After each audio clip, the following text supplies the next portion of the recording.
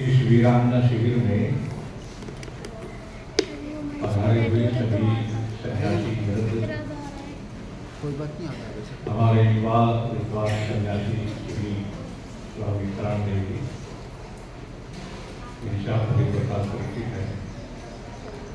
कई विद्वान आपको लाभान्वित करने के लिए यहाँ पधारे हुए हैं और सभी की पवित्र वाणी का आप प्रसाद वादन कर रहे हैं। आप बड़े सौभाग्यशाली हैं और दूर दराज से हमारे वृद्ध लोग आपको आशीर्वाद प्रदान करने के लिए बता रहे हैं। इससे अच्छी और क्या बात है। देखिए, आशीर्वाद भी सौभाग्य से मिलता है, वैसे नहीं मिलता। आज एक बच्ची को आशीर्वाद दिया है, इतने सज्जनों ने मिलकर के बच्ची को आशीर्वाद दिया, तो ये मान करके कहिए कि वो बड़ी भाग्यवती है। पिछले जन्म जन्मांतर में उसके संस्कार एकत्रित हो गए हैं, जिनके फलस्वरूप उसे आज सैकड़ों लोगों का आशीर्वाद प्राप्त हुआ। देखिए, आशीर्वाद ये कोई मजाक नहीं है या केवल ये औपचारिकता नहीं है, इसका फल मिलता है और बहुत बड़ा फल मिलता है। देखो, एक तो होता आशीर्वाद, एक होता श्राप और एक होता वरदान। ये तीन चीज। आशीर्वाद का मतलब किसी के प्रति शुभकामनाएं करना है। परमपिता परमात्मा इस बच्चे की आयु लंबी हो और बड़ा होकर के पुत्रवान पौत्रवान बने, धनवान बने, बड़ा अधिकारी बने, इसे कहते हैं आशीर्वाद। और इससे उल्टा होता है श्राप। भगवान इसका नाश करे, इसकी भैंस करे, इसका बेटा मरे, ये क्या होता है? श्राप। और एक होता है वरदान। वरदान का मतलब कोई अच्छी चीज मेरे पास में है और आपको उसकी आवश्यकता है, आपने कहा स्वामी ये चीज मुझे दे दो। वर माने अच्छा, और उसका दान क्या हो गया? वरदान। मैंने वो चीज आपको दे दी तो ये हो गया वरदान। आप बड़े होकर के बच्चों रामायण पढ़ेंगे तो आपको पता चलेगा कि राजा दशरथ राक्षसों से युद्ध करते थे। और कमाल की बात ये देखो कि दशरथ युद्ध कर रहे हैं और कैकेयी रथ चला रही है। हमारी बहन बेटियां कितनी वीरांगना होती थी, घर के चौके चूल्हे तक सीमित नहीं रहती थी। वेद ने कहा बहन बेटियों को पूरी युद्ध की शिक्षा लेनी चाहिए। और कैकेयी रथ चला रही है और दशरथ युद्ध कर रहा है। और घंटों युद्ध करने के बाद में, घंटों तक युद्ध करने के बाद में दशरथ को एक ऐसा तीर लगा कि मूर्छित हो गया। तो कैकेयी दुश्मनों के बीच में से रथ को निकाल करके ले गई। आप बड़े बूढ़ों से सुनोगे कि लड़ना तो बहादुरी है ही, लेकिन दुश्मनों के बीच में से भागना भी, भाग करके निकल जाना भी बहादुरी है। अब कैकेयी रथ को निकाल करके ले गई, सीधे शिविर में पहुंची। शिविर में जाकर के अपने हाथ से और डॉक्टरों से दशरथ का इलाज हुआ, चिकित्सा हुई, तो उसे होश आ गया। जब होश आया तो दशरथ ने कहा कि केकई इस समय हम कहाँ हैं? कि शिविर में है। उसे कहा जल्दी चलो युद्ध में, वरना राक्षस कहेंगे कि डर करके भाग गया। मैं कायरता का कलंक नहीं लगवाना चाहता, जल्दी चलो। तो केकई उसे लेकर के फिर युद्ध में आ गई। फिर कई घंटे युद्ध चला और कई घंटे युद्ध करने के बाद में दशरथ एक तीर के लगने से फिर मूर्छित हो गया। तो केकई रथ को निकाल करके फिर ले गए, शिविर में जाकर के फिर इलाज किया। होश आने पर दशरथ ने कहा कि इस समय हम कहाँ हैं? केकई ने कहा इस समय फिर तुम शिविर में हो। तो दशरथ ने कहा जल्दी युद्ध में चलो, अभी कौन लड़ेंगे? तो केकई ने कहा कि अभी युद्ध में नहीं जाना, क्योंकि सूर्य अस्त हो चुका है और सूर्य अस्त होने के बाद में युद्ध विराम, अब तो अपने घर चलो, कब होगा युद्ध? तो देखो वहां दशरथ ने एक बात कही कि केकई, तूने आज युद्ध में मेरी 2 बार जान बचाई है, तो 2 बार जान बचाने के बदले में तू मुझसे 2 बार मार। अब केकई बड़ी होशियार थी। केकई ने कहा ठीक है 2 बार पक्के हो गए, लेकिन अभी जरूरत नहीं है, जब जरूरत होगी जब मांग होगी। प्यारे बच्चों, यही 2 वरदान थे उसने समय पर पाले। एक से राम का वनवास और भरत को राज्य, ये 2 वरदान थे। इसे वरदान कहते हैं। किसी को वाणी से वर दे देना, भाई तुझे ये दूंगा, वचन दे देना। और हमारी रघुकुल रीत सदा चली आई, प्राण जाए पर। आप देखें केकई बार बार कह रही है तूने वर दिए थे, राम को वन में रहे, भरत को गद्दी दे। अच्छा दशरथ ये भी तो कह सकते थे तू पगली है क्या, मैंने कब वरदान दिया था तुझे? अब दिया था तो ठीक है, मैं नहीं मानता, बिल्कुल कह सकता था कि कह सकता था। केकई के 2 थप्पड़ मारते थे, भगा सकता था, लेकिन नहीं। दशरथ ने मौत को स्वीकार किया, लेकिन वचन से पलटना स्वीकार मौत हो गई, वरना लेकिन ये नहीं कहा कि मैंने कब दिए थे वरदान तुझे, मर गया। इसलिए कहा लोगों ने रघुकुल रीत सदा चली आई, प्राण जाए पर हम उन्हीं की संतान में कह रहे हो। देखो आशीर्वाद जो होता है, पहली बात तो ना आशीर्वाद को सब ले सकते हैं और ना ये सबको दे सकते हैं। ये ना समझे ना आजकल तो इसका मजाक हो गया। अब जैसे चुनाव चलेंगे तो एक शेर का भंडार आएगा, बड़े बूढ़ों के पैर पकड़ लेगा, ताऊ जी, चाचा जी, फूफा जी भी कह दे उससे तो मुझे वोट देना, तुम्हारे बच्चा हूँ, मुझे चुनाव में जिताना। करते नहीं करते? अब ऐसा ही तो आशीर्वाद देने वाला और ऐसा ही लेने वाला। बूढ़ा भी ऐसा बैठा कि वचन देगा किसी को, वोट देगा किसी को। तो वहां बता वो क्या है, क्या आशीर्वाद हो। लेकिन जो सच्चे हृदय से आशीर्वाद के पात्र को आशीर्वाद दिया जाता है वो अवश्य में फलीभूत होता है। और यदि आशीर्वाद का कोई फल ना होता तो प्यारे बच्चों, चलो मैं झूठा हो सकता हूँ, महर्षि मनु तो झूठा नहीं हो सकते। जो सृष्टि की आदि के सबसे पहले राजा हुए हैं महर्षि मनु, हम मनु की संतान। हम कौन है? हाँ, और हमारा नाम क्या है? मानव है, क्या है? आदमी है क्या?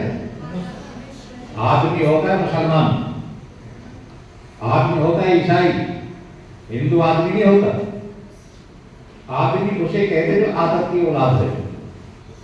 वो मानते हैं सृष्टि की आदि में आदम नाम का एक मनुष्य हुआ, उसकी पसली निकाल करके अल्लाह ने गोद बना दी, उसका नाम हव्वा है, आदम और हव्वा। तो जो आदम की औलाद है वो आदमी है, हम आदम की औलाद नहीं है, हम महर्षि मनु की संतान है। इसलिए हमारा नाम क्या है?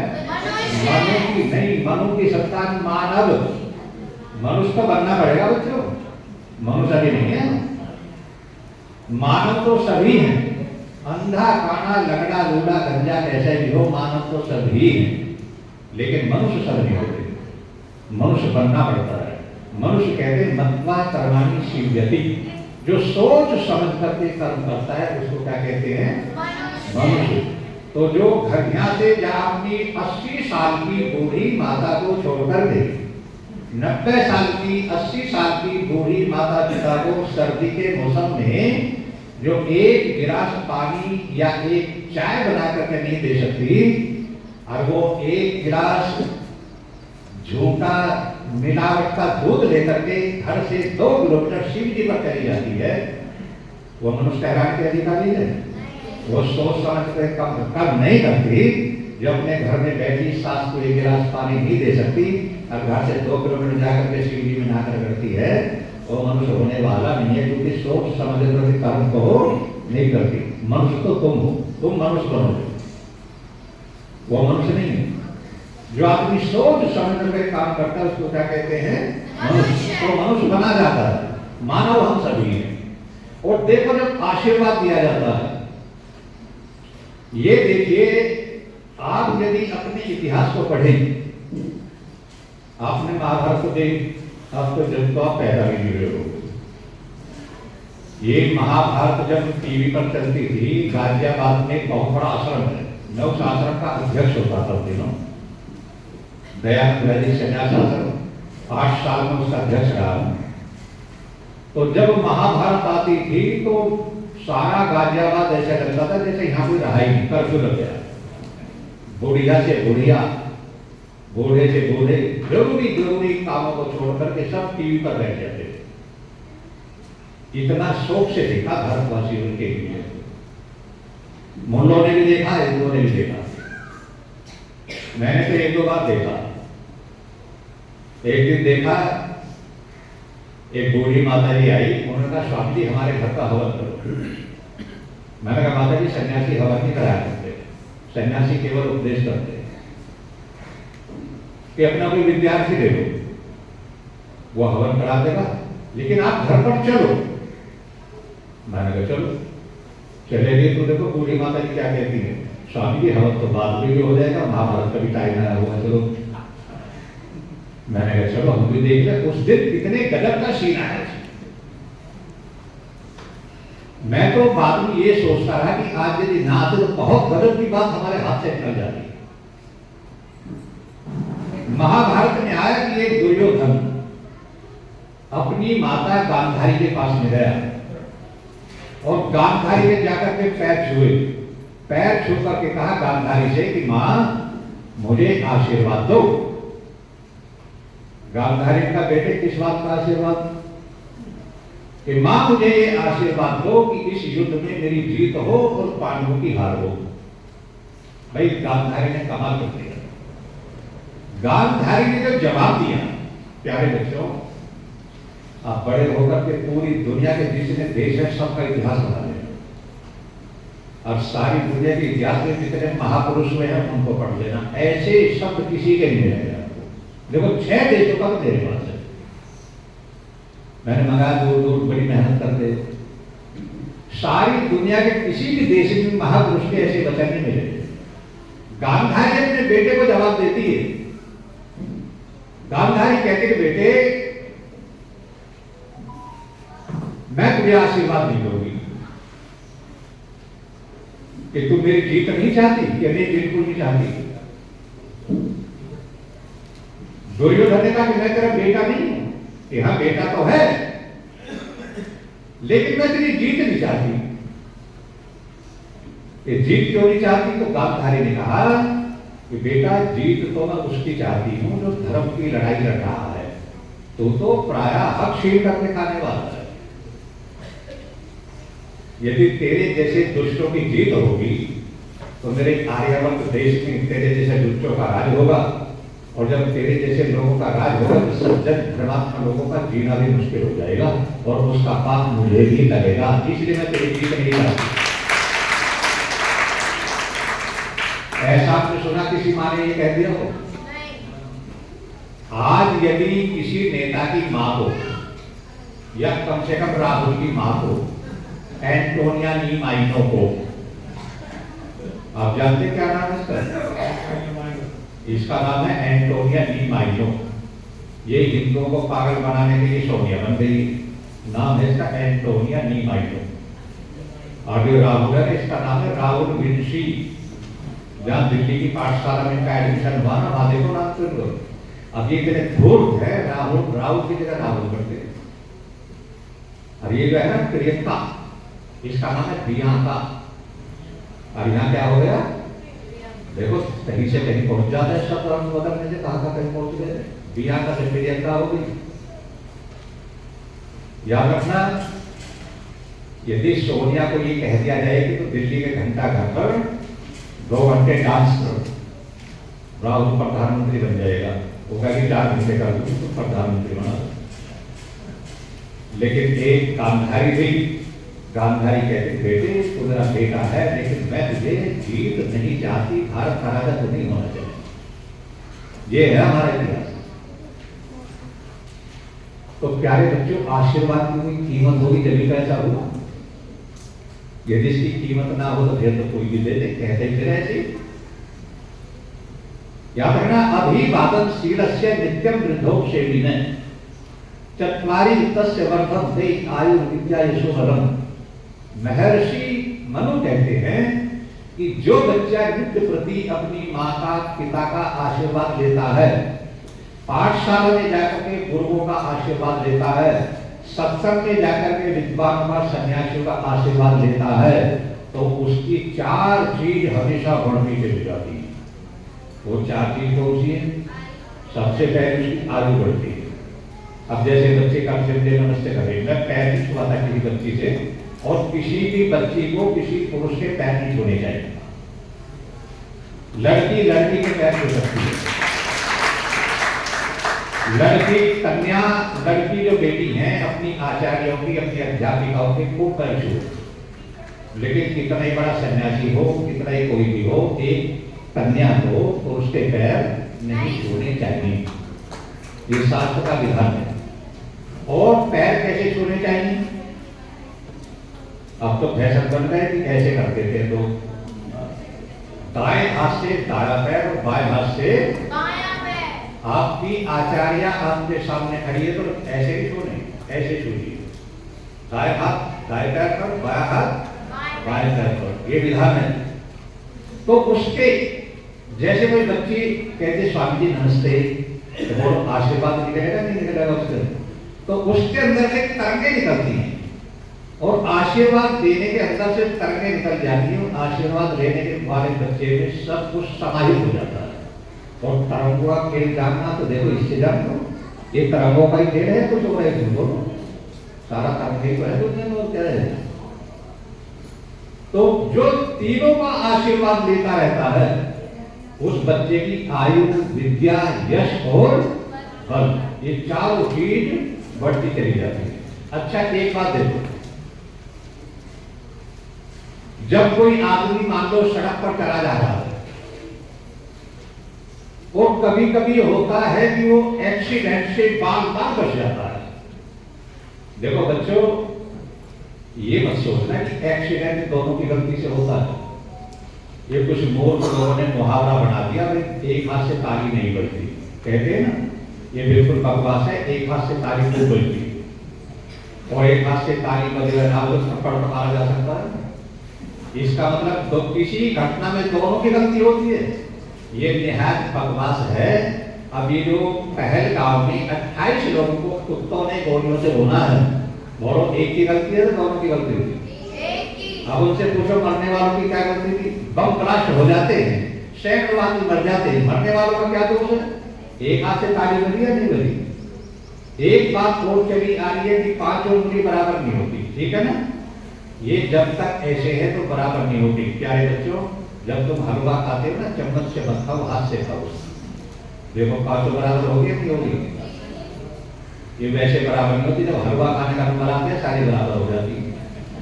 ये दुष्ट कितने भी नालायक हो, जब उनका मतलब निकलता है सारे के सारे बराबर हो जाते हैं। आपने देखा ना, मुसलमानों में 472 जातियां हैं और 72 फिरके हैं, और इतने गजब के फिरके हैं, अभी हमसे भी ज्यादा वो इतनी नफरत करते हैं एक दूसरे से। अभी 2 महीने पहले बरेली में देवबंद का मुसलमान आया, बरेली में आकर के मर गया। अब मुसलमानों ने वो कब्रिस्तान में जाकर के दफन कर दिया।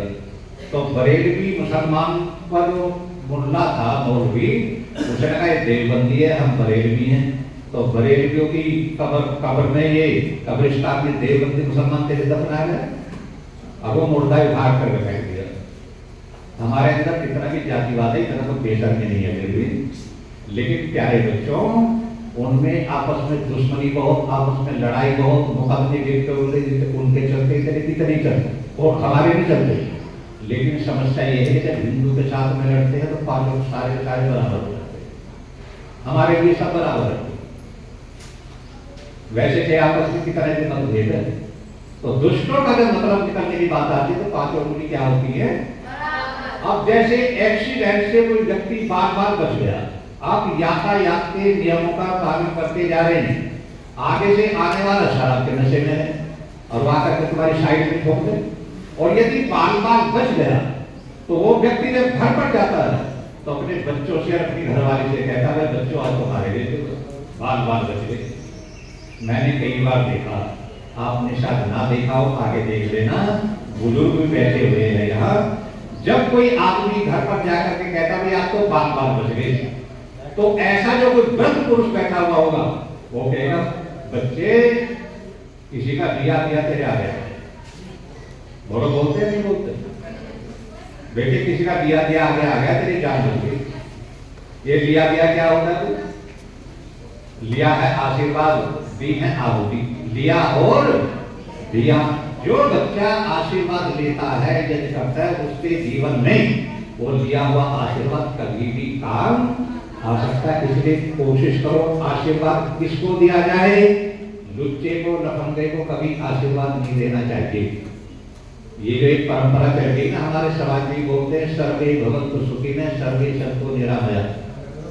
पहली बात तो यह है, ये किसी वेद का मंत्र नहीं है, किसी दर्शन का, उपनिषद का, रामायण का, महाभारत का नहीं है, भविष्य पुराण की बकवास है। हम सबका भला नहीं चाहते, समझे ना। सर्वे सज्जना सुखी भवन्तु सर्वे दुष्टा दुखी भवन्तु। हे परमात्मा, जितने सज्जन लोग हैं वो सब सुखी रहे, और जितने दुष्ट है, गौ हत्यारे है, कल मरते हो तो आज मरे, आज मरते हो तो अभी मरे। नियम सिद्धांत ये आप फिर दिखा सकते हैं, लिखा हुआ है।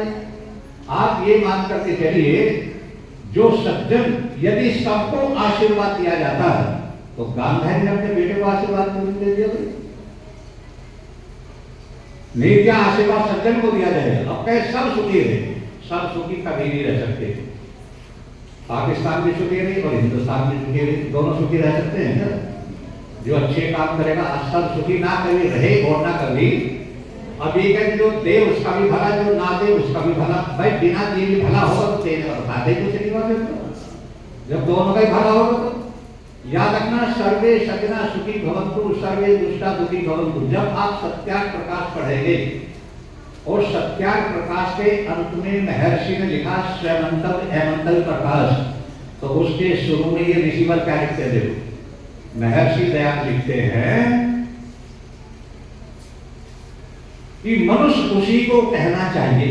एक एक शब्द को सुनो, मनुष्य उसी को कहना चाहिए जो अपनी आत्मा के समान दूसरे के सुख दुख और हानि लाभ को समझे। और दुष्ट कितना भी बलवान हो, दुष्ट व्यक्ति कितना भी बलवान हो, कितना भी गुणवान हो, कितना भी धनवान हो, लेकिन मन वचन कर्म से हमेशा उसका नाश चाहिए। और सज्जन आदमी कितना भी कमजोर है, कितना भी धनवान है, लेकिन यदि वो धनवान, वो धर्मात्मा है, तो मन वचन कर्म से हमेशा उसका सुख चाहे, उसका भला चाहे। इसका मतलब इतना है कि हम आम तौर पर किसी का बुरा नहीं चाहते, परमात्मा सब सुखी है। आप जानते हैं हम कुत्ते से भी प्यार करते हैं और कुत्ते को प्यार करते हैं, लेकिन एक बात बड़ी, वही कुत्ता जिसे हम रोजाना गोद में लेते हैं, कार में घुमाते हैं, जिसे हम प्यार करते हैं, वो कुत्ता यदि पागल हो जाए तो क्या करोगे? फिर भी प्यार करोगे या कुछ और करोगे? उसको गोली मारो, है ना? एक दुनिया का जो मुल्ला है, मुसलमान है, कुत्ते की तरह से पागल हो चुका है। वह बात का बात बिल्कुल नहीं। और एक मुसलमान कुरान ने इतना पागल बना दिया है, वो तुम्हें हर प्रकार से मिटाने की रात दिन चेष्टा में रहता है। और याद रखना, ये बात रखना, जो अच्छा होगा आप ये कहते हैं अच्छे भी तो होते हैं जी। याद रखना, जो अच्छा होगा वो मुसलमान नहीं होगा, और जो मुसलमान होगा वो अच्छा ही नहीं होगा। और याद रखना, जो व्यक्ति कुरान को पढ़ता है, जितना जितना कुरान को पढ़ेगा उतना लुच्चा बनता चला जाएगा, और जितना कुरान से दूर रहेगा उतना ही अच्छा रहेगा। और हिंदू जितना वेद पढ़ेगा उतना ही धर्मात्मा बन जाएगा, और जितना वेद से दूर रहेगा उतना ही लुच्चा बन जाएगा। दोनों में बिल्कुल अंतर है। वो कुरान के पढ़ने से बदमाश बनते हैं, और हम वेदों को ना पढ़ने से बदमाश बनते हैं, क्योंकि कुरान की 6666 आयतों में एक भी आयत ऐसी नहीं है जो ये कहती हो कि हिंदू और मुसलमान दोनों भाई भाई हो सकते हैं। वह यही कहा है। हमारे यहाँ सबसे अच्छा काम क्या माना जाता है बोलो? यज्ञो वही श्रेष्ठतम कर्म, मानते हो ना? यज्ञ संसार का सबसे श्रेष्ठ कर्म, और हमारा श्रेष्ठ कर्म क्या माना जाता है? मोहम्मद साहब चले जा रहे हैं, रास्ते में एक आदमी मिला। आदमी ने कहा, मोहम्मद साहब कोई ऐसा काम करो, ऐसा काम बताओ जो सबसे अच्छा काम हो। मोहम्मद ने कहा, अपने माता पिता की सेवा किया करो। उसने ये तो मैं करता ही हूं। दूसरा काम बताओ जो सबसे अच्छा हो। मोहम्मद ने कहा, तुम 5 वक्त की नमाज पढ़ा करो। उन्होंने ये भी करता हूं। और कोई अच्छा काम बताओ।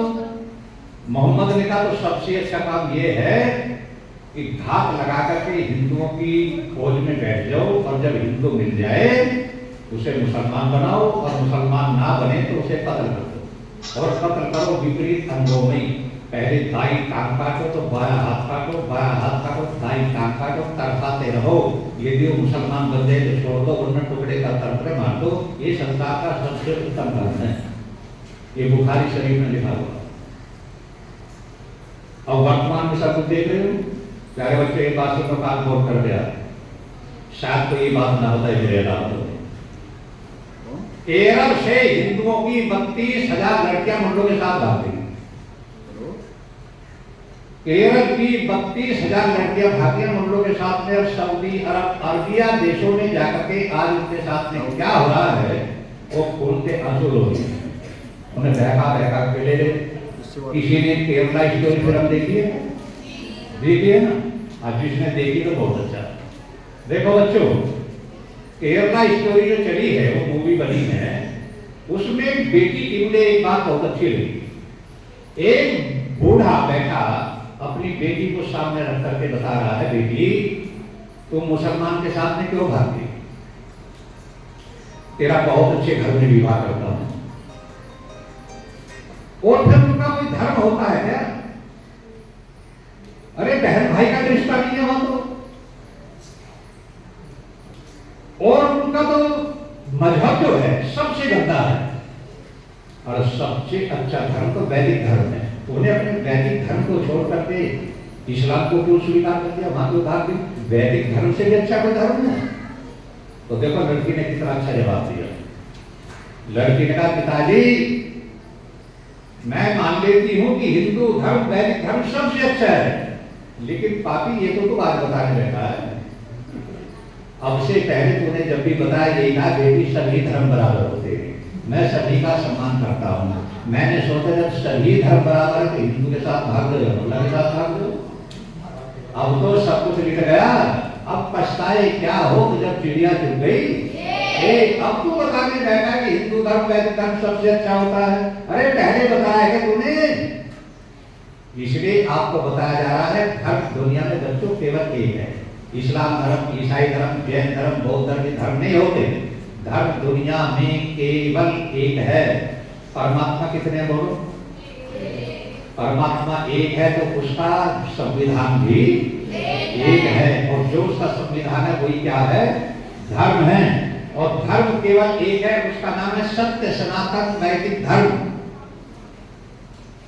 सनातन जानते हो किसे कहते हैं? देखो सुनो, सनातन को समझने से पहले 2 बात और समझो। नूतन, पुरातन, सनातन। आगे समझ में इसे सुन लो, ज्यादा रखिए। नूतन, पुरातन और बोलो, इधर ध्यान रखो। नूतन, पुरातन और सनातन, तीन है। नूतन, पुरातन और सनातन। पहले नूतन और पुरातन को समझो, फिर सनातन समझ में आ जाएगा। नूतन का मायने नया और पुरातन मायने पुराना। प्यारे बच्चों, ये दोनों शब्द सापेक्ष है। मतलब सापेक्ष इसे कहते हैं जो एक दूसरे पर निर्भर करता है, यानी अपने अस्तित्व के लिए एक दूसरे की अपेक्षा रखता है।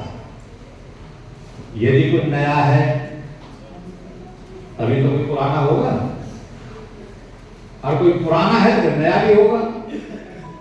मैं पुराना हूं तो नए हो, यदि पुराना नहीं है तो नया किसको कहोगे? और जब कोई नया नहीं तो पुराना किसको कहोगे? तो नया और पुराना दोनों सापेक्ष है, लेकिन सनातन शब्द एक ऐसा है जो अपने अस्तित्व की रक्षा के लिए दूसरे की आवश्यकता नहीं समझता। सनातन जो सदा से है और सदा ही उसे कहते हैं सनातन, जो सदा से है, जो सदा से है और सदा ही रहेगा, उसको कहते हैं। और सनातन धर्म केवल वैदिक धर्म है, बाकी कोई भी 4100 साल से पुराना नहीं। सबसे पुराना मजहब यहूदी है। यहूदी वो 4100 साल पुराने हैं। उनके बाद में बौद्ध, उनके बाद में जैन, उनके बाद में ये ईसाई, और उनके बाद में मुसलमान। 22 अप्रैल 571 को मोहम्मद का जन्म हुआ। ये लिख लीजिए आप चाहे तो। 22 अप्रैल 571 को मोहम्मद का जन्म हुआ, और 612 में उसने हिजरी को इस्लाम की स्थापना की। सन 612 से पहले मुसलमान नाम की कोई चीज नहीं थी दुनिया में। 612 में इस्लाम चला, जो अब 1447 है। इन्हें 1447 साल बने हुए होंगे। 612 में इस्लाम की स्थापना हुई, 622 में हिजरी संवत चला जो इनका संवत है, और 8 जून 632 को मोहम्मद मर गया। और उसके बाद में तो पता नहीं अब लड्डू गोपाल और कलाकार वो गोपाल, रसगुल्ला गोपाल, पता नहीं कितने गोपाल चल रहे हैं। आपके नजदीक हाथरस की क्या बात है? ये तो ज्यादा दूर की बात नहीं है। 2-1 महीने की बात है, शायद अगस्त में हुआ था 2024 में। एक दलित समाज से भगवान रखा है, वो सरकारी नौकर था वो, और हाथरस में उसका भाषण हुआ। वो क्या कह रहा है?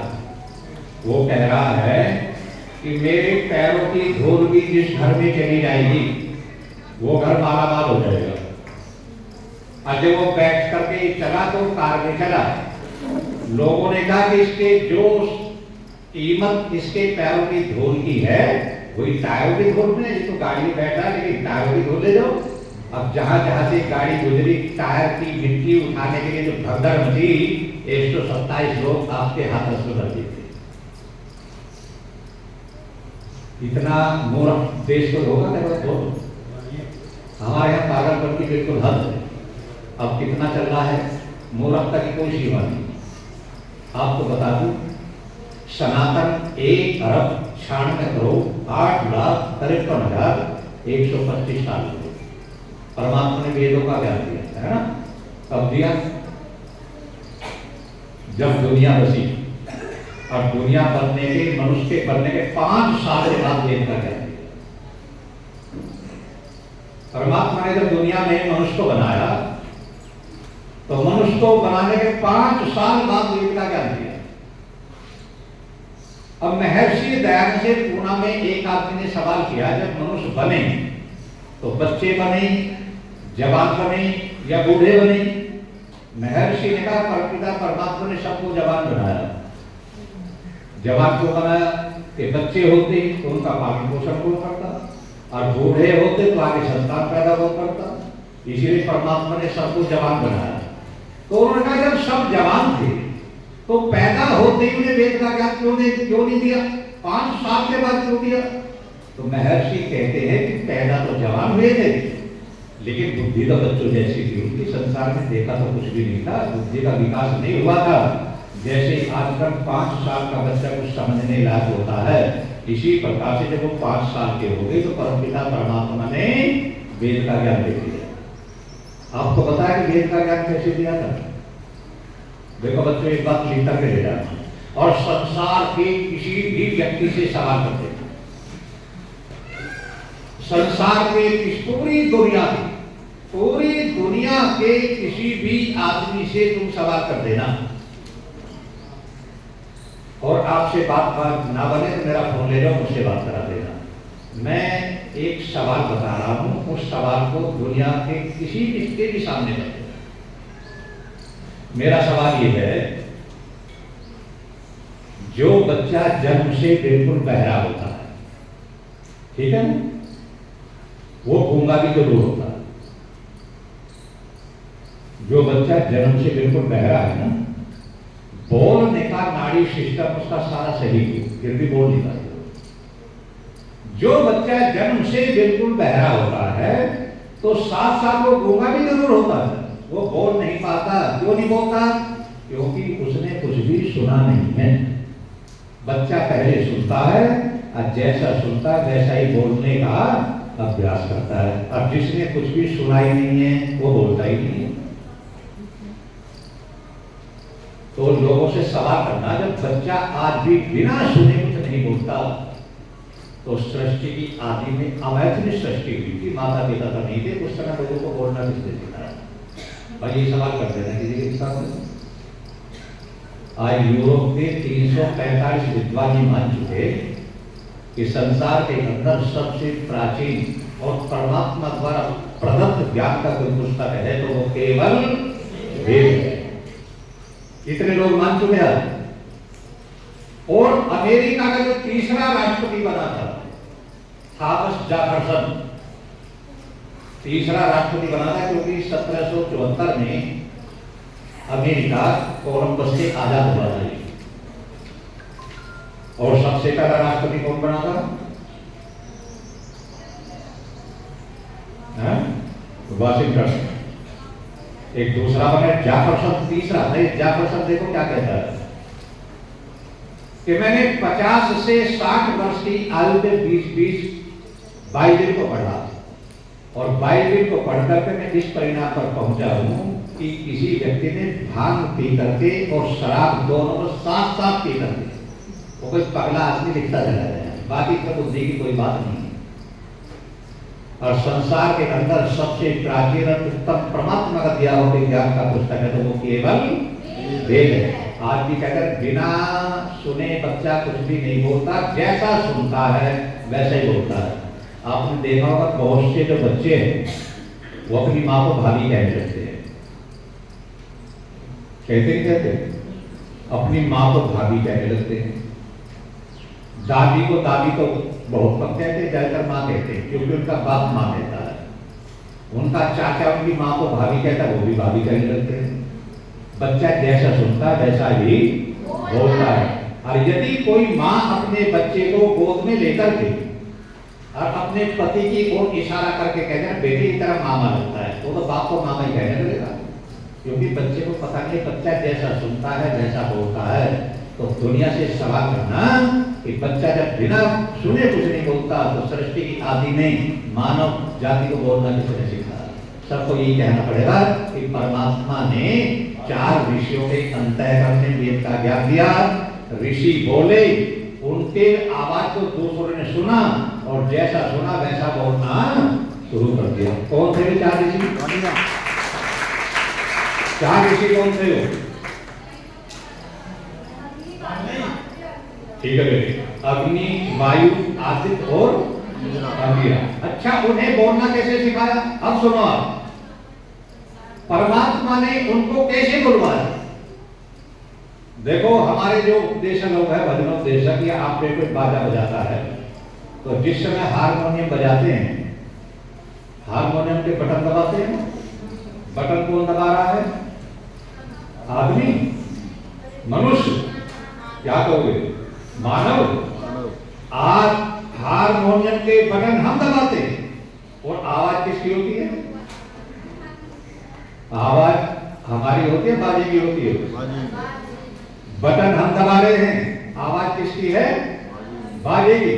इसी प्रकार से परमपिता परमात्मा ने 4 ऋषियों के अंतःकरण प्रेरणा का बटन दबाया, यानी प्रेरित किया, और वो 4 ऋषि बोले। अब जब वो 4 ऋषि बोले तो दूसरे लोगों ने सुना, और जैसा सुना वैसा ही बोलना शुरू कर दिया। करोड़ों वर्षों तक ये सुनना सुनाना इसी रूप में चलते रहे। जब लोगों की बुद्धि कमजोर हो गई तब ऋषियों ने विचार किया कि इन्हें लिपिबद्ध कर दिया जाए। जब चाहो जब देख लो, सबकी याददाश्त एक जैसी नहीं होती। तब वेद की पुस्तक बनी। सिंधु नदी के किनारे पर बैठ करके ऋषियों ने वेदों को लिपिबद्ध किया। सबसे प्राचीन ग्रंथ, सबसे बड़ा धर्म का ग्रंथ, धर्म केवल एक, उसका नाम वेद। 4 ऋषियों के द्वारा ये ज्ञान हमें मिला। बाकी 4100 साल से पुराना। तो देखो, एक बात तो सीखनी पड़ेगी। हम अब से 20 साल पहले, 30 साल पहले जब देशभक्ति का उदाहरण देते थे तो जापान का नाम लिया करते थे।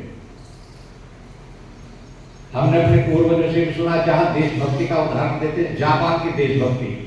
भाई जापान का एक ऐसा लड़का मिला, उसने देशभक्ति ऐसी दिखाई वैसी दिखाई। लेकिन अब सारी दुनिया पीछे है। देशभक्ति में सबसे आगे कौन है? इजराइल। इजराइल से बड़ा देशभक्त दुनिया में कोई नहीं। प्यारे बच्चों, इजराइल की केवल 98 लाख आबादी है। पूरी दुनिया में केवल 98 लाख यहूदी हैं। और कमाल की बात देखो, जिस दिन ये युद्ध शुरू हुआ उस दिन इजराइल के पास में केवल 7 लाख सेना थी, और युद्ध के 10वें दिन इजराइल के पास में 80 लाख सेना थी। अब आपकी समझ में आया स्वामी जी क्या कह रहे हैं? जब युद्ध शुरू हुआ तो उसके पास में 7 लाख सेना थी, और 10 दिन के बाद में 80 लाख सेना थी। ये क्या हुआ? प्यारे बच्चों, इजराइल एक ऐसा देश है कि 16 साल का लड़का लड़की उन्हें सैनिक शिक्षा लेना अनिवार्य होता है। चाहे वो बच्चा राष्ट्रपति का हो, प्रधानमंत्री का हो, लेकिन सैनिक शिक्षा लेनी अनिवार्य है। वहां 16 साल का प्रत्येक बच्चा एक सैनिक का लड़ाकू है।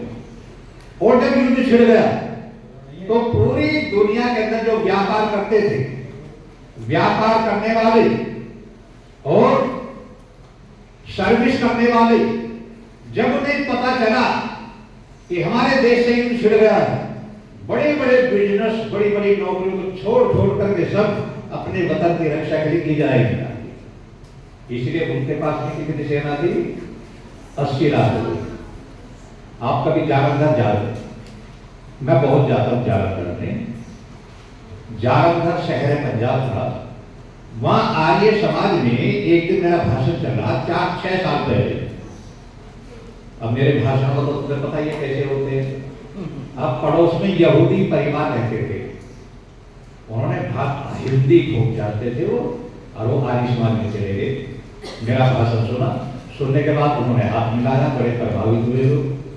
अब जब भी मैं आर्य समाज में जाता, जब भी वो मेरा भाषण सुनने आते थे।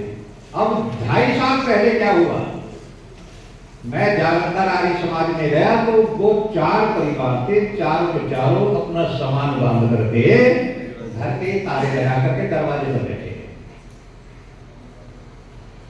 मैंने कहा, भाई श्रीमान जी कहाँ जा रहे हो? कि स्वामी जी अपने वतन को जा रहे, अपने देश को जा रहे। मैंने कहा, तुम्हारे देश में तो बम बरस रहे हैं, वहां क्या करोगे जाकर के? भाई कमाल। एक ऐसी बेटी थी वहां, 17-18 साल की लड़की थी वो। देखो, कोई बूढ़ा नहीं बोला, कोई बूढ़ी नहीं बोली, स्त्री नहीं बोली, कोई। वो लड़की क्या कहती है? जब मैंने कहा ना, अरे भैया तुम्हारे देश में तो बम बरस रहे हैं, वहां जाके क्या करोगे? बच्ची कहती थी, इसीलिए तो जा रहे हैं, हमारे देश में बम बरस रहे हैं। स्वामी जी ये बताओ, मेरे देश में बम बरसते रहे और मैं हिंदुस्तान में बैठ के रसगुल्ले खाती हूँ? ये मेरा मजहब इजाजत नहीं देता। मेरे देश में बम बरस रहे, मैं रसगुल्ले खाऊं? हमारा मजहब ये आदेश नहीं देता अपने वतन के साथ जिएंगे और वतन के साथ मिलेंगे। वेद, मैंने कहा बेटी मन तो ऐसा करता है कि तेरे पैर पकड़। एक बच्ची के हृदय में देखो कितनी देशभक्ति है। मैंने कहा बेटी वेद तो पढ़ते हैं हम और आचरण करती हो तुम। वेद ने कहा ना वयम तो बलि श्याम है, हे मातृभूमि यदि तुझ पर कोई आँच आएगी तो जन बच्चा बच्चा बच्चा तेरी सुरक्षा के लिए भस्म हो जाएगा, न्योछावर हो जाएगा। लेकिन माता, हे भूमि माता, हे जन्मभूमि, तुझ पर कोई आँच नहीं आने देंगे। वेद हम पढ़ते हैं, आचरण वो कर देते। बच्चे सारी बातें तुम्हें सीखेंगे। अब वो जमाना नहीं है हाथ पर हाथ धर करके बैठ जाओ। ये मत सोचना हम तो अबला हैं, हम तो बच्ची हैं, नारी लड़कियां हैं। याद रखना लड़कियों ने जो काम किया है वो पुरुष नहीं कर पाए। महाराणा प्रताप की निर्मात्री कौन थी? जयवंती बाई। और शिवाजी की निर्मात्री कौन थी? जीजाबाई। और शिवाजी का बेटा संभाजी, उसकी निर्मात्री कौन थी? उसकी निर्मात्री भी जीजाबाई थी। क्योंकि संभाजी की मां शिवाजी की पत्नी सईबाई, वो संभाजी को 2 साल का छोड़कर के बदली थी। शिवाजी का निर्माण भी जीजाबाई ने किया और संभाजी का निर्माण भी जीजाबाई ने किया। वीर पुरुष वो ऐसे पुरुष थे कि आज संसार के अंदर अब समस्या तो यह है हमने इतिहास पढ़ना छोड़ दिया। हमारे बच्चे फिल्मी कहानियां तो खूब पढ़ते हैं, लेकिन दुख ये होता है संन्यास लेने से पहले मैं भी कभी कभी संस्कार करा दिया करता था। जब कभी विवाह संस्कार कराते थे और दूल्हा से कहा अपने दादा का नाम लो, बच्चे को दादा के नाम पे पता नहीं होता। अपने दादा का नाम याद नहीं, हेमा मालिनी की 3 पीढ़ियों के नाम बता देते। हम कहां चले गए? ऋषियों ने ये नियम बनाया था यज्ञ से पहले जो आप संकल्प बुलवाते हो ना, सारा उस जमीन पर इस समय में उस भूमि पर उसका पौत्र उसका परपोत्र बैठ करके यज्ञ कर्म करना है, विद्वान का वर्ण करता है, उसमें सारे नाम आ जाए। अब तो भूल गए हम। बच्चों तुम गुरुकुल की छात्राओं हो, इस देश का भविष्य तुम्हारे कंधों पर है, तुम्हें आगे आना है। और याद रखना जो बच्चा आशीर्वाद लेता रहेगा तो आशीर्वाद देने वाले व्यक्ति की कभी बुद्धि धोखा देने वाली नहीं है। बोलो भगवान कृष्ण में विश्वास रखते हो? आप भगवान कृष्ण में विश्वास रखती हो? रखना चाहिए।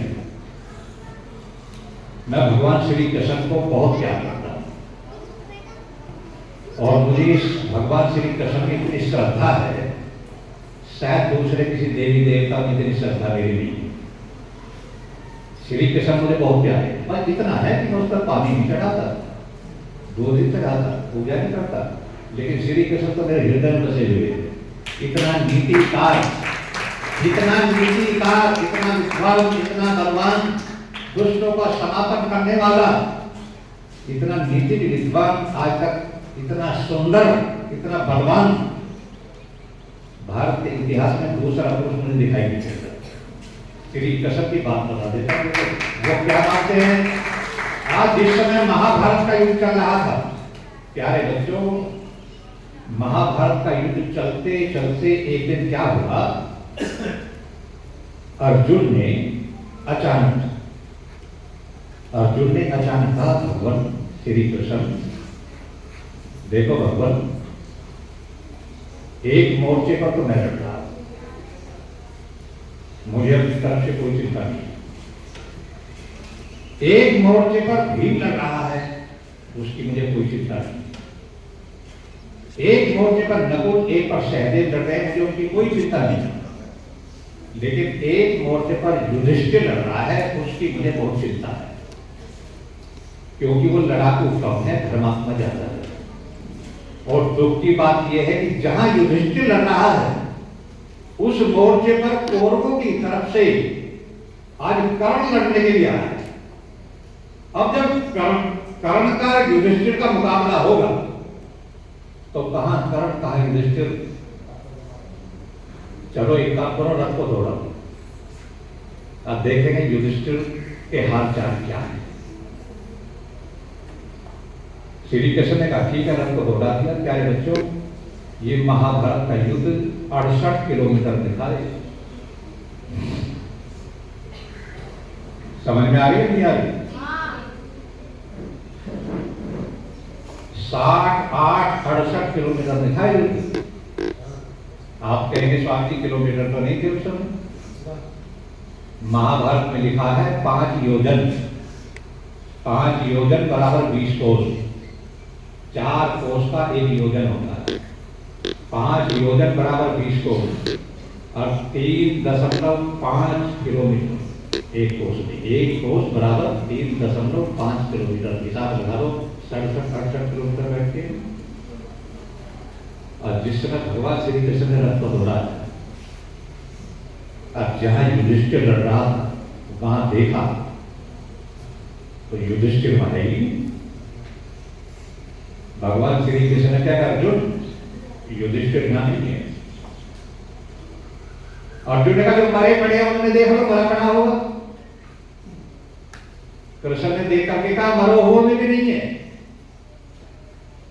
अर्जुन ने कहा जिंदा भी नहीं है, मरा भी नहीं है, इसका मतलब भाग गया हमने। और तीसरी बात क्या हो सकती है, चलो शिविर में चलो, वहां देखेंगे। भाग करके शिविर भी में जाएगा। और वास्तव में हुआ भी यही था। युधिष्ठिर और कर्ण का जिस समय मुकाबला हुआ, बस कर्ण ने 5-7 मिनट में युधिष्ठिर को लघुलुहान कर दिया। और कर्ण ने कहा कि युधिष्ठिर कहा कि जब भाग जाने से तुझे मार करके मैं क्या दूंगा, तेरा क्या मारना, तुझे मारने में तो काबू नहीं है। और दूसरी बात यह है, मैंने कुंती माता को वचन दिया हुआ है कि तेरे 5 बेटों में से अर्जुन को छोड़ करके किसी को नहीं मारूंगा। अब तुझे चाहूं तो 1 मिनट में मार सकता हूं, लेकिन मैं तुझे मारता नहीं, तू जा भाग जा। और युधिष्ठिर वहां से भाग गया। और शिविर में जाकर के डॉक्टरों से बोला मेरी मरहम पट्टी करो। उधर मरहम पट्टी चल रही है, उधर अर्जुन और कृष्ण रथ में बैठकर दोनों शिविर में चले गए। अब युधिष्ठिर ने जब दूर से देखा अर्जुन और कृष्ण आ रहे हैं और ये तुझे उड़ाना देते, तो युद्ध में से भाग करके आया। इसलिए पहले उड़ाना नहीं दे दी। आपने सुना ऋषि दूसरी खंबा नोचे। और युधिष्ठिर ने दूर से देखते ही कहा अर्जुन तुम आ गए, आ गया तेरे सामने खड़ा।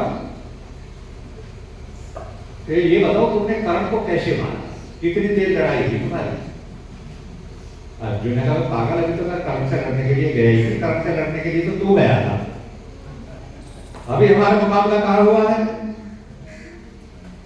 तो युधिष्ठिर ने कहा कि इसका मतलब ये है अर्जुन तू कायर आदमी है, अब तक कर्ण को नहीं मारता है। ये गाड़ी तेरे मतलब का नहीं, किसी और को दे दे, ये गाड़ी तेरे मतलब का नहीं। 2-4 बातें कही थी। तो प्यारे बच्चों, अर्जुन ने एक तलवार खींच ली, तलवार खींच करके युधिष्ठिर की गर्दन पर पड़ने वाली थी। लेकिन भगवान श्री कृष्ण ने तेरी ताकत पर प्रशंसा करूं, मैं जब तुझे याद करता हूँ भाव विभोर हो जाता हूँ। और दूसरी तरफ जब पौराणिकों को पढ़ता हूँ, पुराणों को पढ़ता हूँ, तो कहता हूँ पुराण लिखने वाले यदि आज होते उनकी दाढ़ी मारा लगाता न होते, तो जला जला करके मारता पुरुषों को जिन्होंने पुराणों में श्री कृष्ण को देखा। भगवान श्री कृष्ण कहते हैं अर्जुन ये तलवार किसके लिए निकाली, मैं 2 ही तो आदमी है, मैं और युधिष्ठिर, कौन से को मारेगा। अर्जुन ने कहा युधिष्ठिर को मारूंगा, हट जाओ तुम बीच से, सामने से हट जाओ, युधिष्ठिर का सिर काटूंगा। भगवान श्री कृष्ण ने कहा पागल, जिसकी करतूतों की वजह से तुम यहां तक पहुंच गए, इतने कष्ट झेले, वनवास काटे, युद्ध लड़ रहे, जब तो तुमने इसे बुरा कहा नहीं, आज इसका सर काटने पर उतारू हो गया, मामला क्या है। अर्जुन ने कहा कि मामला यह है मैं क्षत्रिय हूं, और जिस दिन गांडी धनुष मुझे मिला था उसी दिन मैंने व्रत लिया था कि जो मेरे गांडी धनुष का अपमान करेगा मैं उसे जिंदा नहीं छोड़ू, चाहे मेरा बाप भी हो। और आज मेरे काटिल धनुष का अपमान युधिष्ठिर ने कहा। ये कहता कि काटिल तेरे मतलब का नहीं है तो बहुत ऊंची चीज है, किसी और को देते, क्यों काटिल लिए गिरता है, इसलिए युधिष्ठिर को मारूंगा। भगवान श्री कृष्ण ने देखा कि यदि अर्जुन के हाथ से युधिष्ठिर मारा जाता है तो कौरवों की सेना में आज घी के पीपर देते हैं, ये तो आपस में बनने लगे, हमारा क्या है। देखो भगवान श्री कृष्ण ने किस रीति से बात को संभाला। दो बातें आ रही बच्चों, और तीसरी आशीर्वाद की, बस इसे सुन लेना, फिर मैं विराम दे दूंगा भाई। इतनी महत्वपूर्ण बातें हैं, जीवन भर आपके काम नहीं। भगवान श्री कृष्ण कहते भैया तेरी प्रतिज्ञा तो मार देते, लेकिन अर्जुन एक बात याद रख, अपने से जो बड़े हैं, अपने जो पूज्य हैं, जो पूर्वज हैं, उनका कत्ल कर देना ही मारना नहीं होता। अपने गुरु, आचार्य, अतिथि, माता, पिता, जो अपने पूज्य हैं, इनका अपमान कर देना भी मारने का होता है। तो एक काम कर, युधिष्ठिर का अपमान कर दे, ये तो मर ही जाएगा। अर्जुन ने सोची बात अच्छी है, सांप भी मर जाएगा, घाटी भी बच जाएगी। और अर्जुन ने युधिष्ठिर के सामने खड़ा होकर कहा, युधिष्ठिर पापी तू, जुआरी तू, कायर तू, युद्ध में से भाग करके तू आया, अपनी पत्नी को दांव पर तूने लगा, एक नंबर का जुआरी, 2 बार खेला जुआरी, और पापी हुए बताता। तो युधिष्ठिर ऐसे कहते हैं। भगवान श्री कृष्ण ने कहा मर गए, आपकी समझ में आए? जो बच्चा अपने माता, पिता, आचार्य, अपनी गुरुओं, अध्यापकों का अपमान करता है, समझ लो उसने उसकी हत्या कर दी। जो लड़का माता बाप का अपमान करता है, उसकी हत्या कर दी। भगवान श्री कृष्ण ने कहा अपने पूज्य की अपमान कर देना हत्या के बराबर, ये तो मर गया, अब चलो युद्ध में चलो। थोड़ी दूर चले थे, अर्जुन ने फिर तलवार निकाल दी। भगवान श्री कृष्ण ने कहा किसे मारेगा, कि अब मैं खुद मरूंगा। क्यों? कि जिस युधिष्ठिर को हम हमेशा पूजते रहे, आज क्रोध में आकर के मैंने उसका अपमान करते, मुझे आत्मग्लानि हुई, पश्चाताप हुआ, बस मैं तो मरूंगा। भगवान कृष्ण ने कहा यदि अर्जुन मर गया तो महाभारत को आधा आया। भगवान श्री कृष्ण ने कैसे बिताया इस बात को देखो बच्चों। वो कहते अर्जुन तुझे मरना है तो मर जा, लेकिन एक बात याद रख, अपने से बड़े का, अपने पूज्य व्यक्ति का अपमान कर देना मारने के बराबर है। और गजब की बात कहते कि अर्जुन अपनी प्रशंसा अपने मुंह से कर लेना मरने के बराबर है। आप में कोई ऐसा व्यक्ति है?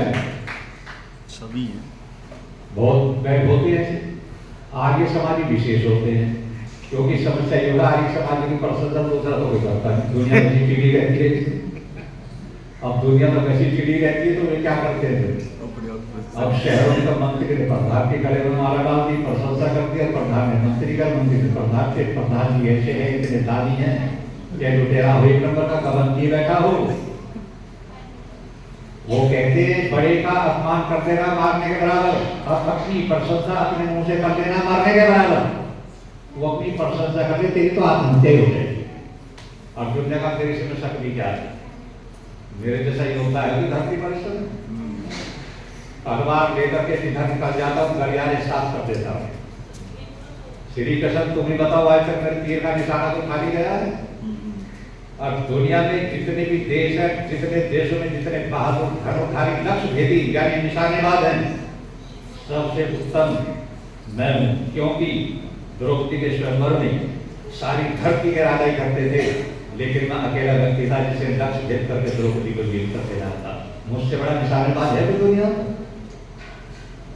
श्री कृष्ण ने कहा तो बतेगी, इतनी बतेगी, चलो बहुत होगी प्रशंसा इतनी बतेगी तो बतेगी होगी, अब चलो। लेकिन जैसे ही वहां से चले,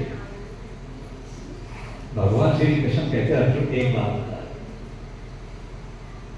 अर्जुन जब तेरी तरफ देखता हूं तो मन करता देखता ही रहे। परमात्मा ने तेरा शरीर कितना गठीला बनाया है और कितना मजबूत, गठीला, सुंदर, पूरे शरीर को देखने के लिए एक अंग भी ऐसा नहीं है जिसमें कोई त्रुटि हो। सर्वांगीण सुंदर बनाया भगवान ने तुझे। योद्धा से तेरे घाटे बहुत योद्धा है तू, और तू चरित्रवान बहुत गजब है। मैं जब से तेरा दोहा मानता हूं, जिस दिन रात के 12 बजे उर्वशी जैसी विश्व सुंदरी, जो विश्व की उस समय सबसे सुंदर स्त्री थी, अप्सरा, और वो रात के 12 बजे बिल्कुल एकांत में अंधेरे में तेरे पास में जाकर के काम वासना पूर्ति की इच्छा प्रकट करती है, और अर्जुन बिल्कुल एकांत में इतनी सुंदर स्त्री को मां कह करके तूने पैर पकड़ लिए, उससे बड़ा चरित्रवान तो अर्जुन में मानता हूं तू चरित्रवान बहुत है, तू सुंदर बहुत है, तू बलवान बहुत है, लेकिन एक कमी है तेरे अंदर। क्या कभी कभी तेरी बुद्धि खराब हो जाती है। ये अचानक तेरी बुद्धि खराब क्यों होती है? आज ही हो गई थी, युधिष्ठिर को ले बैठता तो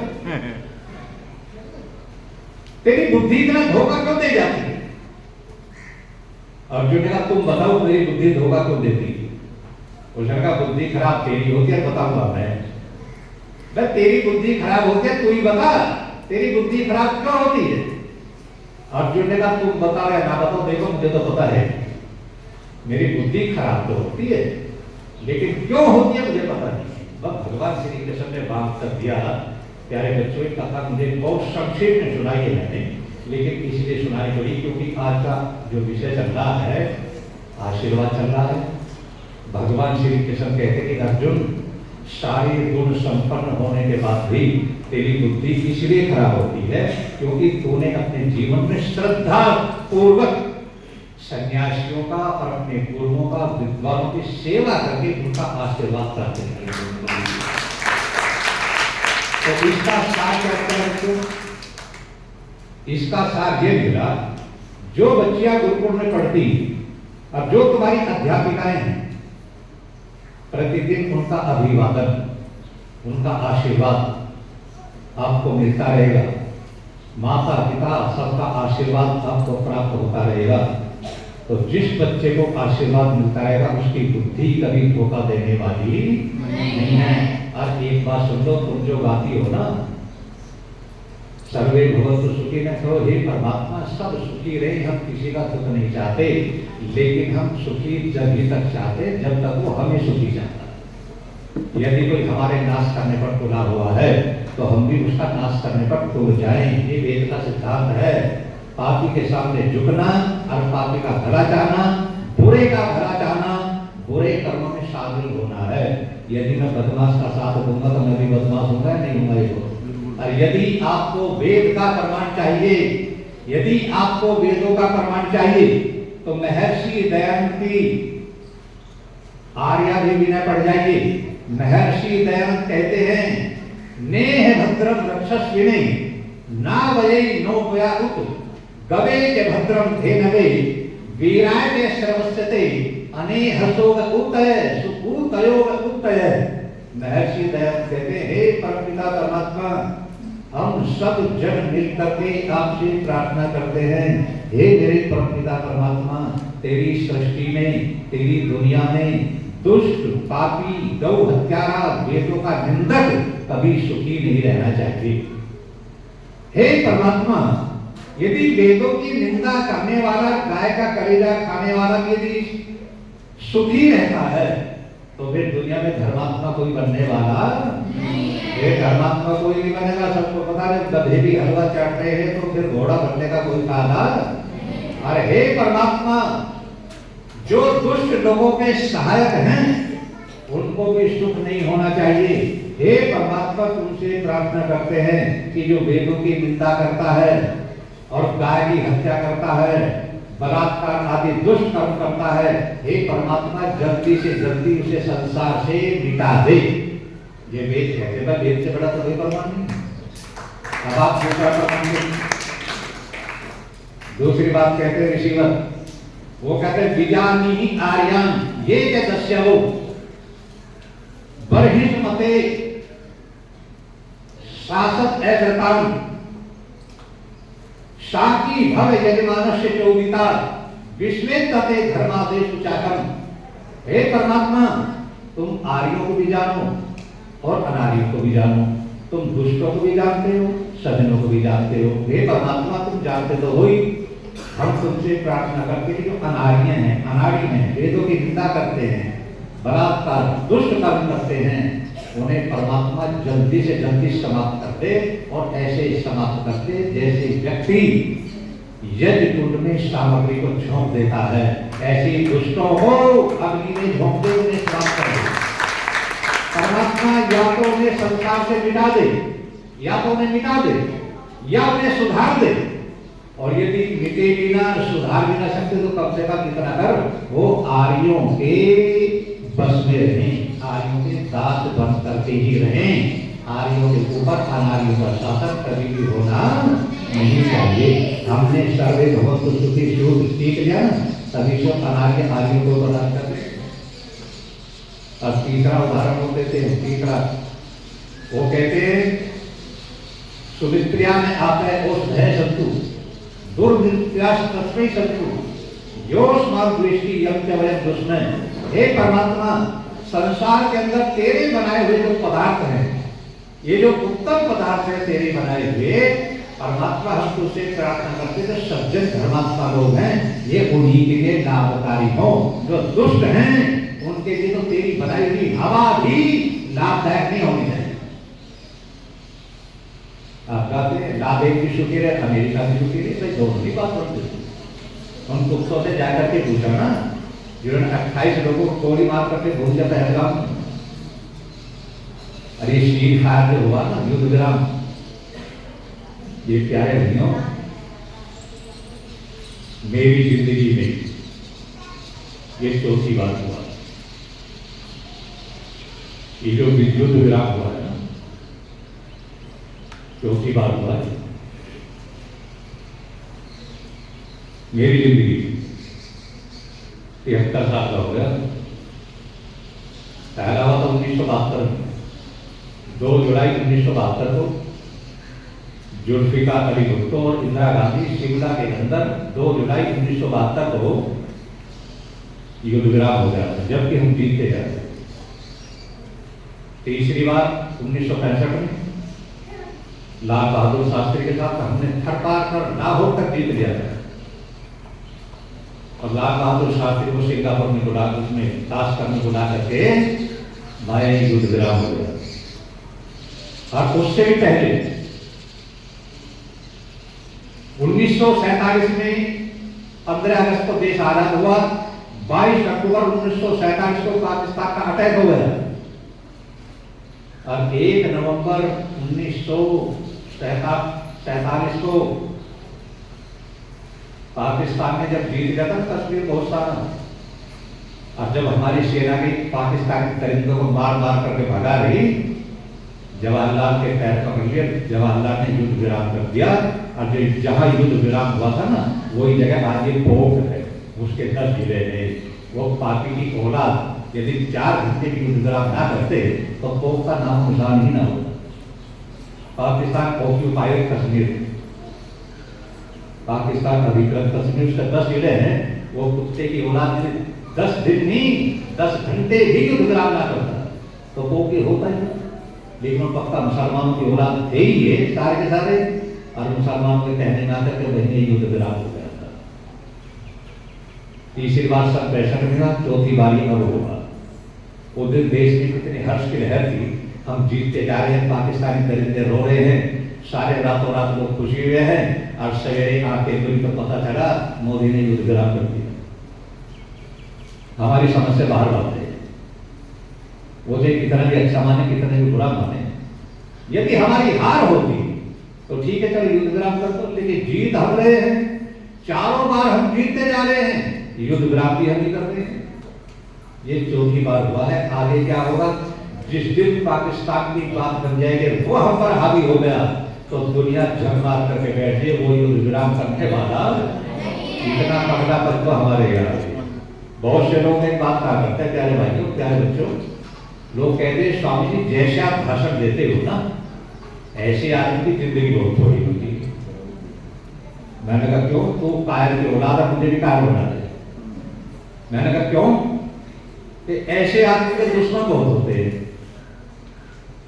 कोई भी हत्या कर देता है, गोली मार देता है। मैंने कहा जो ऐसे भाषण नहीं देते वो क्या 1000 साल जिंदा रहते हैं? बहुत बढ़िया। अरे मानते तो वो भी हैं। और फिर दूसरी बात ये है, मैंने कहा दुख की परिभाषा जानते हो? दुख किसे कहते? यदि आप बताओ। मैंने कहा न्याय दर्शन में महर्षि गौतम ने लिखा बाधना लक्षणम दुखम, अर्थात जो मैं चाहता हूं वो ही हो जाए तो सुख है, और जो मैं चाहता हूं उससे उल्टा हो जाए तो प्यारे बच्चों ये परिभाषा है नहीं। अनुकूल अनुभूति सुख और प्रतिकूल अनुभूति दुख। तो मौत का गम किसे होगा? भाई प्रतिकूल अनुभूति दुख होगी, अनुकूल अनुभूति सुख होगी, तो मौत का गम किसे होगा? मौत का गम उसे होगा जिसे जीने की तमन्ना होगी। जो जीना चाहता है और मौत आ जाए तो दुख होगा, और जो पहले से शहीद होना चाहता है उसकी मौत आ जाए तो दुख होने वाला नहीं।